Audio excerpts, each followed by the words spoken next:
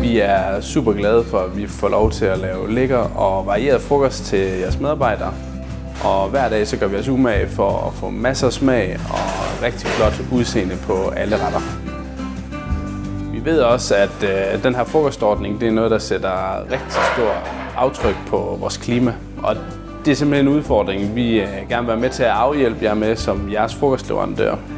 Og derfor er vi gået i et samarbejde med noget, der hedder Count for Climate, som hjælper med at plante nogle træer. Og de her træer de bliver plantet i Mozambique og Madagaskar.